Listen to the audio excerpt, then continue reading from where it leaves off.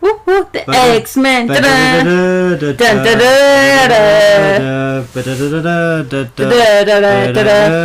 have the 90s intro themes right now. Oh my god, childhood.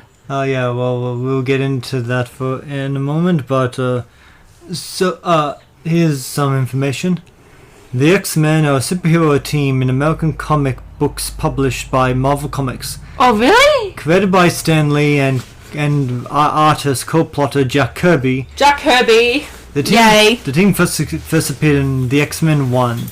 Although initially cancelled in 1970 due to low sales, following its 1975 revival and subsequent direction under the writer Chris Claremont, it became one of Marvel's most recognizable and successful franchises. They have appeared in numerous books, television shows, 20th Century Fox X-Men films, and video games. Yes. The X-Men title may refer to the superhero team itself, the eponymous comic series, or the broader franchise, which includes various solo titles and team books such as The New Mutants, Excalibur, and X-Force. Yes. But you know, we're not huge comic book readers. I mean, maybe we're both a little bit. I could say that I am into comic books, but I read them, but I don't really read every single comic book. Yeah, we don't, and you know. Yeah, you're right then. And we have, but you know, I'm pretty sure we'll be talking about the comics. Yes, more often, not more often. You know, as we're going through this episode, and I do have one specific comic storyline in mind for this. Which one? We'll get there. But first, let's. We're a movie podcast, so yes. You know, we're going to talk about the movies. And, you know, it all started in the year 2000 with this film right here. Yes, it's a good film. Yeah, good intro of the X-Men. Yeah, directed by Bryan Singer. Yes. Whatever you want to say about him these days. He's okay. I mean, a lot of people have accused him of inappropriate behavior. Oh, I didn't know that. Sorry. Yeah, but you know, this film is a solid little. Is solid. It's not. It is. You know, it's so good. It's not the best of the X-Men movies, but it's also far from like a. Yes. It's far from the worst. It's the first intro it's like the first intro of the X-Men universe. Yeah, the movie. And it has some live action. I have to say it has some pretty You still have like those like moments with the CGI, I can tell. It has some, you know, great castings and some like who's Jackman? Patrick Stewart. Oh yeah, certainly. I have some production details on every movie, which I think will put some interesting insight onto these films. What was your favourite part of this film? My favourite part, and the least, probably the climax. I mean, I think the climax is, you know, where they go to the Statue of Liberty and you see Wolverine fight Mystique, and you know, Rogue hooked up to the machine. And, yeah, that was my favourite. Yeah, that's probably the best scene. The worst scene is I don't know. Maybe I can't really point. No, you're worst, but you're like least favourite. I can't really point to a single scene that I think really drags, but I think you don't know. It's fair. I don't know. Maybe the subplot with the senator kind of is a little on the weak side, but it's not to say it's poorly done. Yes, but that's fair. Yeah, so I guess we can go over some of the production details. Yes, we can. Because, you know, we have a lot of movies to get through. Yes, we do. So, Bryan Singer was hired to direct. Paul W.S. Anderson was approached to direct, but he turned it down to direct Event Horizon. Oh, really? Yeah, which is a space horror film. Oh, wow. Yeah, it doesn't sound like you've ever heard of that. No, what of it? Yeah, some other might have been directors were Robert Rodriguez, Tim Burton, Richard Donner, you know, the director of Superman. Yes. You know, with Christopher Reeve. Yes. And Joe Schumacher. But I don't know how likely a Joe Schumacher X-Men movie will Would work. Or Tim Burton. I think looking at Rogue in this movie, how she's isolated and she's afraid to touch anything because of her powers. Yes. With hindsight, I think Rogue really should have been the main character of this film. Yes. Because she was. She's young. She's an outsider. She becomes. Yes, and plus it was introduced to her anyway in the first scene. Yeah, and you can introduce all the X-Men to her. And yes. She's like living on the side. Like an integral part of the climax. Yes. I mean, and instead of keeping the focus on her, the focus shifts to Wolverine. Yes. Which I do get. He is the most popular X-Men. But yes. I mean, X-Men 2 focuses more on him anyway. Yeah. So you didn't really need to pull focus away from Rogue. Yeah, 100%. But having said that, and I'm not about to contradict myself. If they kept the focus on Rogue, I think Tim Burton really could have worked well with that. Yes. There? Yeah. What else?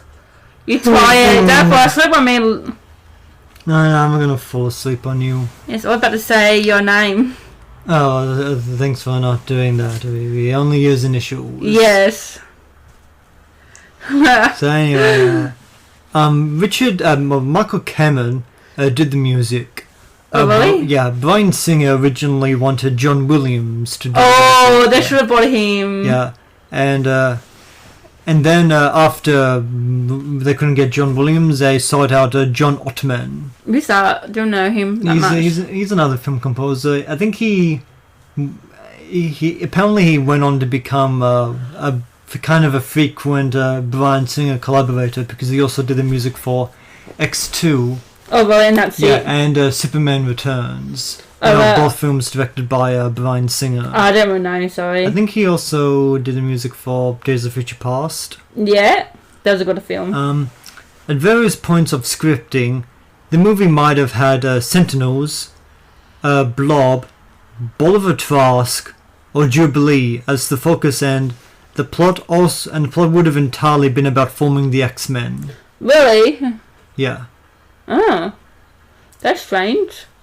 Okay, Joss Whedon did an uncredited rewrite which was thrown out. Really? Yeah, except for the "what happens to a toad when struck by lightning" line. Of course. Yeah, I mean, yeah, pretty much everyone over the years have criticized that line. Yeah. And it's not hard to see why. Uh-huh. I think it would have worked way better to just have, yes. Halle Berry ask that question and then shoot the lightning, not answer that rhetorical question. Yeah, 100%. Okay. During the making of these movies, so many different actors were considered to portray these characters. Oh, really? Yeah, we definitely could have done an episode just on the actors considered to portray these characters. We should do an episode on that. Maybe we will, because yes.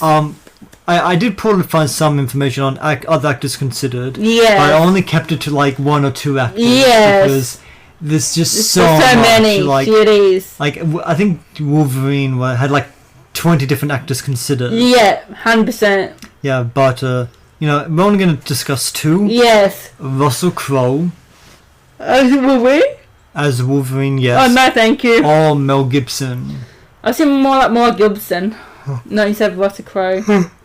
Even though they're both Australian. Actually, neither of them are Australian. Russell Crowe is New Zealand. He lives in Australia. Yeah. Australian's innocent, but not Australian. My bad. And Mel Gibson, He was born in the United States. Yeah. And moved to Australian. Yeah. But he's Australian innocent. He's not an Australian citizen, he's a permanent resident. Oh, yeah. Yeah, but... same goes to Russell Crowe. So, it is kind of interesting that, the actor... some of the actors considered for Wolverine do have, connections to Australia. Yes, I do. Like Hugh Jackman. Yeah. Another actor, to talk about another character, Jim Caviezel was considered for Cyclops. Who's he? He portrayed Jesus in The Passion of the Christ. Never seen it. It's terrible. We'll probably have to watch it at some point. Yes. Charlize Theron was considered for Jean Grey. I can see that. I still could see that. And Natalie Portman was approached to portray Rogue. Oh no. Okay, one actor considered to portray Charles Xavier. You'll never guess. Who? Ian Mechanic, the other guy who plays Magneto. Maybe he was considered, but someone else. Don't know. Michael Jackson. You no. That'd be so weird. No, Michael Jackson. Like, oh no. You're like, hey peoples, it's Michael Jackson, sweetie. Didn't moonwalk. I mean, you'd have to go into someone's mind to do the moonwalk. Yeah, I know. So, oh my god, that'd be so awkward to have Michael Jackson, too cringe. And one actor considered to portray Magneto was Terrence Stamp. Who's he? He portrayed Zod in Superman 2. Oh yes, I love he's a great villain though. I love him as a villain. Well, will he be portraying a villain in He's still alive? I'm not sure. I think so. I haven't seen anything like, bro. I love his work. Oh, he's been in the Haunted Mansion. Yes, he's in that movie. And we have to show this movie. It's so funny, but it's not this. It's like those like comments that not used today. He was also in Big Eyes. Yes. So is he still alive? Yeah, he's still alive. Oh, how old is he? He was born in. It's 86. 86. Yeah, that is pretty old. Yeah, but bro, that's so young. That's literally wow. So what do you? I'm like, he's a good actor. Oh, yeah, so that's Bryan Singer right there, the director of several of these movies. I think he directed most of these movies. Yeah, it's not that bad. Yeah, and here's the X-Men right here. I think this is actually from X-Men 2, but It's all the same cast. You have the principal cast right here. You have Sir Patrick Stewart as Professor X. You have Anna Paquin as Rogue. James Marsden as Cyclops. Except for Patrick Stewart, that actually are the main like A-stars now. All the people in here actually become like A-list celebrities. I think. I don't know. What else has Iceman been in? A lot of things. Like what? I forgot, but he's in like I think he's low star, but like I went 1, 2, 3, 4, 5. Like I've seen I've seen Richard Madsen in other movies. Yes. But before. I don't. No, like after I can't really remember anything that Iceman's been in. Yes, I remember, which I forgot. And Hugh Jackman really probably became the biggest superstar of everyone. Yes, James Marsden, he's in Sonic franchise now, and she's become an A-star celebrity in True Blood. Yeah, she did. Yes. And I have to Halle say, Berry, the Catwoman ever. Yeah, but Catwoman was not good. I love it. She actually won a Razzie for that movie. I don't care. I love it. Yeah, but she also won an Oscar, so I guess it all balances out. Yes. So, who's your favorite casting in this still? I feel like I want to say Hugh Jackman. I want to say Jean Grey. I don't like the Jean Grey actor. It's not hot in that picture there. But I should say I'm thinking Grey. Yeah, I love the Phoenix. I think. It's hard to say which one is my. I guess Hugh Jackman is my favorite casting here, but what about the females? I don't think there's been a really great ex-woman casting. Like maybe Rebecca Romijn, who portrayed Mystique in the. Yes. Yeah, but she's not in this image. No, she's not. I mean, I did post some images from the movie, so let's see if she's actually in here. Oh, the boots here, by the way. Oh, cool. Yeah. So anyway, this is the opening scene of the movie. I'm so sorry that you got That's Magneto. Yeah, Magneto in a concentration camp. Yeah, in the map.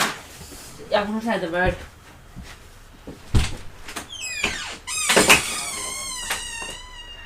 So yeah, she's this scene has Magneto being separated from his family, and he unintentionally uses his power to pry a gate open, which is pretty hardcore way to start a movie, especially a movie about superheroes. And Magneto has seen the worst of humanity. And here we have the scene introducing Hugh Jackman as Wolverine. We see him in a cage fight, and since he has a healing factor and a indestructible skeleton, he can't lose. Hugh Jackman is probably definitely one of the most successful superhero castings of all time. 100%. Yeah, even though he's a foot taller than a comic book Wolverine, like pretty much everyone loves Hugh Jackman as Wolverine. Yeah. Like so many people say that he's irreplaceable. 100%. And He is. And I mean, reality is you can recast this role, but they won't be able to do it like Wolverine. No, like 100%. No, 100%. Yeah. So let's keep going. And, From I think this is this the struck by lightning line? I think so. Yeah, not. I don't think Halle Berry is like the strongest casting in these movies. She's not very fella. A little bit about movement. Except for Jean Grey, she's Omega due to the Phoenix when she's unlocked. Yep. And this is a fight scene between Wolverine and Sabretooth. Looks like they got to replace Jack Adam with that. I think that's his stunt double. I mean, his thing does look a little odd. Yeah, that's his Jackman. Sorry. Yeah, this is the easiest thing I could find. That looks good though. Yeah, you have a firework in the background, and then you have Tyler Maine in the foreground. Yes.